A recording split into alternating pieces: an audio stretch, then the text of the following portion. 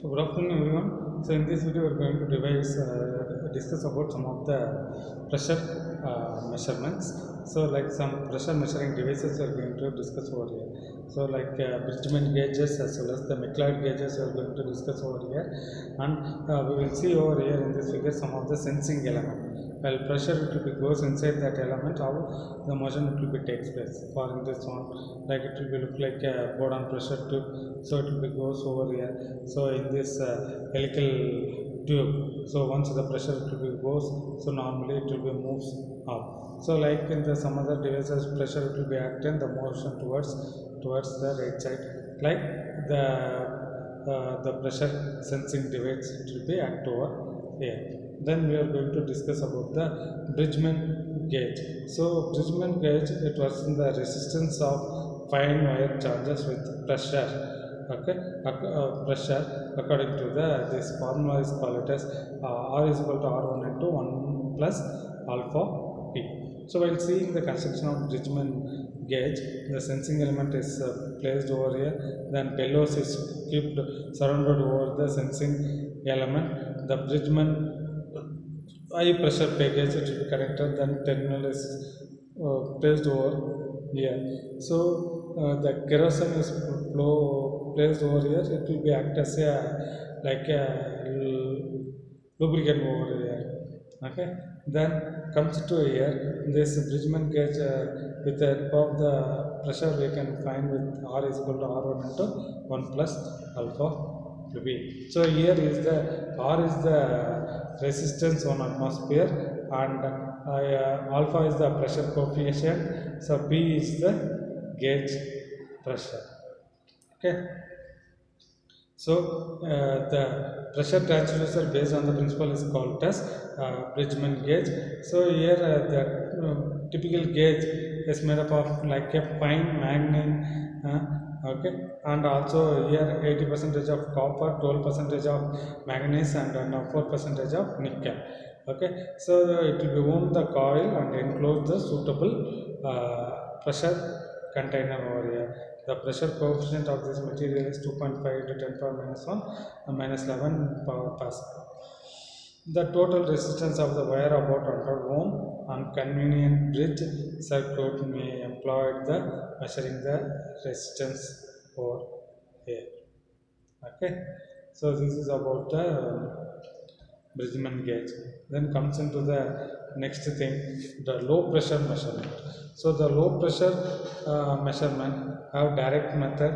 So here the measurement directly displacement caused by the action of pressure. Okay, so devices used in this methods are board on tubes, flat and corrugated diaphragms, capsules, and various forms of manometers. So these devices limited to lowest pressure measurement about 10 mm of mercury. So and indirect or inferential method. So in this pressure determined through measurements certain other pressure control properties such as volume, thermal conductivity, etc. Now we are going to discuss about the McLeod gauge. So the McLeod gauge works under the principle of the Boyle's fundamental equation, that is P1 is equal to P2 V2 by V1. That means P1 V1 is equal to P2 V2. So P1 is equal to P1 V2 P2 V2 by V1. Okay, like this way it's going to be measured. So now we can see the working principle of this McLeod gauges. So in the McLeod gauges, it consists of measuring capillary. So here it will be connected with the scales and bulb. The volume, inside the bulb, the volume will be placed. This is the opening, and also the mercury is filled over here. Above the mercury, the plunger has to be fixed, or sometimes they may be used for normal atmospheric pressure. Open form the atmospheric pressure. So this tube is open, and here it is the reference capillary. The unknown vacuum is supplied over here. Okay, so normally in the McLeod gauge it consists of a bulb as well as this is the area is called it as bulb, and mercury sum which is connected to the lower end of the glass tube here, and also it can be moved up and down. So this mercury it can be moved up and down.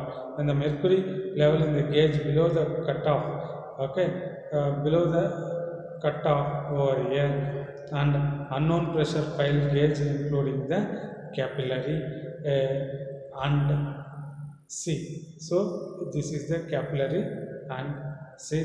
The mercury is forced into the bulb and capillary. So normally here how it will be works. Once the vacuum pressure it will be goes, it will be trying to pushing over the mercury level over here. So once it will pushing over the mercury level here, capillary level it will be increases or decreases according to the with help of increasing or decreasing the level of the capillary over here. We are going to note down the values. So with help of the reference capillary, okay, the mercury to be placed over here. So according to that here the value you can note it down. Suppose the pressure will be more, the mercury level will be less.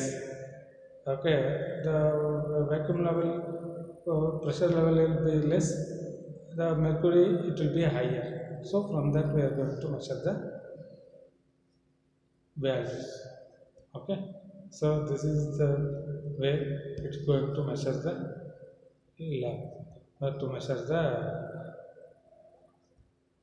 pressure level with help of the McLeod gauges.